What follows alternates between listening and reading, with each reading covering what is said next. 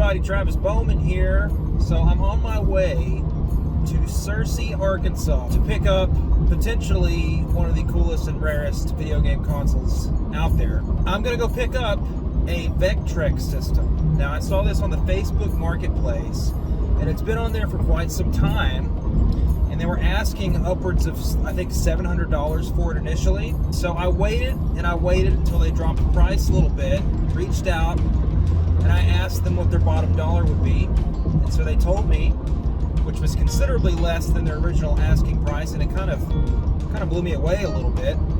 Now, it's my understanding that the joystick on this particular console does not work as of right now, and that's to be expected considering its age and the fact that it uses two springs. I'm planning on fixing that up and really giving the console a good cleaning in general, because it's my understanding that it's also kind of filthy from the pictures anyway. So I'm almost there. I'm gonna go pick this thing up, take it home, and plug it on up. Alright, so while I attempt to clean off 42 years worth of dust, grime, filth, and dirt off of this thing, let's talk about what this system actually is, how it works, and a brief history of it. The Vectrex is the only vector display video game console ever made, and it was released in 1982 in North America and 1983 everywhere else. Being a retro nerd, this console actually checks two of my boxes. It's a video game console and a CRT. This CRT isn't like your typical consumer set or even a professional video monitor.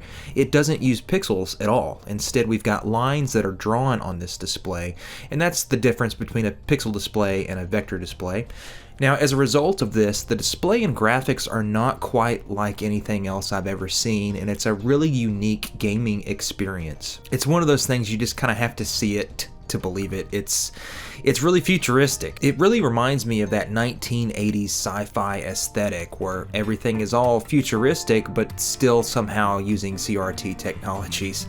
It's just a really cool retro thing that I have a soft spot for. I think not a lot of people remember the Vectrex, as it suffered the video game crash of 1983 just like every other console of that time did, and it was unfortunately discontinued in early 1984.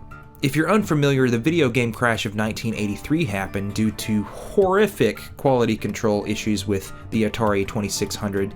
Basically, anyone could make a game back then and have it be on store shelves for everybody to buy, and you never really knew what kind of game you were going to get. And when you paid good money for basically a turd of a game that often didn't work, it pissed off a lot of consumers, and rightfully so. Video games were not as prominent at that time as they are today, and a lot of people thought it was just a fad that probably wouldn't last. Well, we've got Nintendo to thank for introducing their seal of quality when the NES came out in 1985, and it really started a revival of video games for the home market, and the rest is history.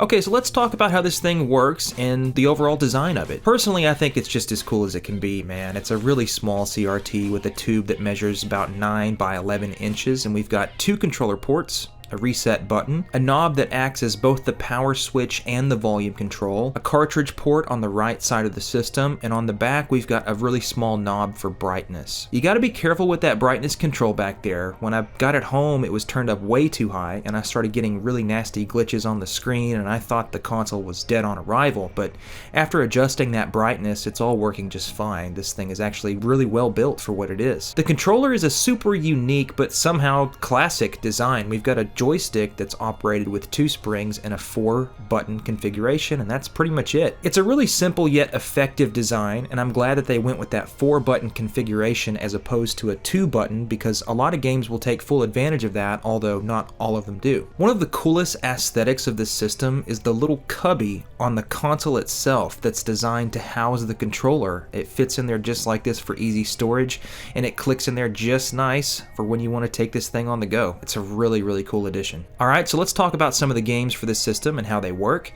The most unique part of this system, in my opinion, are the screen overlays. Now, when you bought a game for this system back in the day, you get the box, the manual, the cart, and a very unique screen overlay that was designed just for that specific game. This was basically a retro version of what we would think is a modern day HUD or heads-up display. You know, think of a first-person shooter on a modern console or PC. You know, you've got your ammo, health, map information on the bottom of that screen.